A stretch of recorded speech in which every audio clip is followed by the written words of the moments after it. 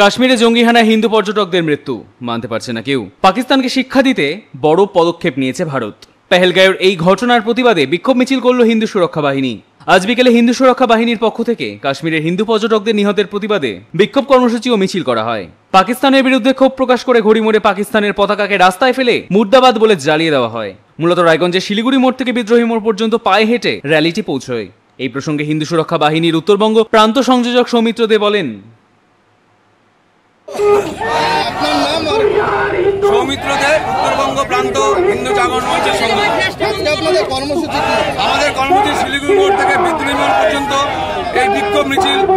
আমরা জানি বিগত দুদিন আগে যেভাবে নৃশংসভাবে আমাদের হিন্দুদের আইডেন্টিফাই করে এই জেহাদি মুসলমানরা হত্যা করেছে, তাদের প্রতিবাদে আমরা এই মিছিলের মাধ্যমে আমরা ভারতবর্ষের প্রধানমন্ত্রীকে জানাতে চাই যে এই পাকিস্তান নামক যে একটা জেহাদি শক্তি আছে, সেই শক্তিকে পৃথিবীর মানচিত্র থেকে মুছে দেওয়া হোক।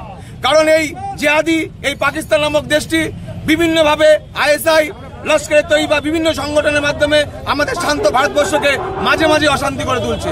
পৃথিবীর দুটি মাত্র দেশ এই জেহাদির দ্বারা অশান্ত হয়, একটি ইসরায়েল, আরেকটি আমাদের ভারতবর্ষ। তাই এই প্রতিবাদ মিছিলের মাধ্যমে আমরা ভারতবর্ষের প্রধানমন্ত্রীকে জানাতে চাই এই পাকিস্তান নামক দেশটি যেন 2-1 দিনের মধ্যে সার্জিক্যাল স্ট্রাইক হোক, বিভিন্নভাবে যাতে পৃথিবীর মানচিত্র থেকে মুছে দেওয়া হয়। একদম, কারণ এই দেশটি যতদিন বেঁচে থাকবে ততদিন আমরা শান্তিতে থাকতে পারবো না।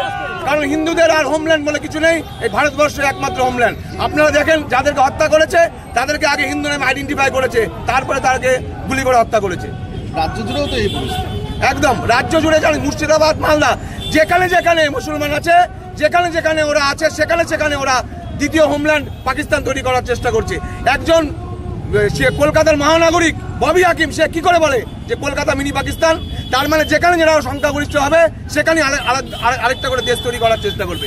সবচেয়ে খারাপ কাজ করেছে যে আমাদের কংগ্রেস নামক সরকার ছিল, জাতির নামে দেশ ভাগ করে গেছে, মুসলমান হিসাবে দেশ দিয়েছে, তারপরেও আজকে আমরা ভারতবর্ষ শান্তিময় থাকতে পারবো না কেন?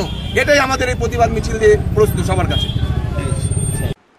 রায়গঞ্জ থেকে হীরক মুখার্জির রিপোর্ট, কুলিক নিউজ।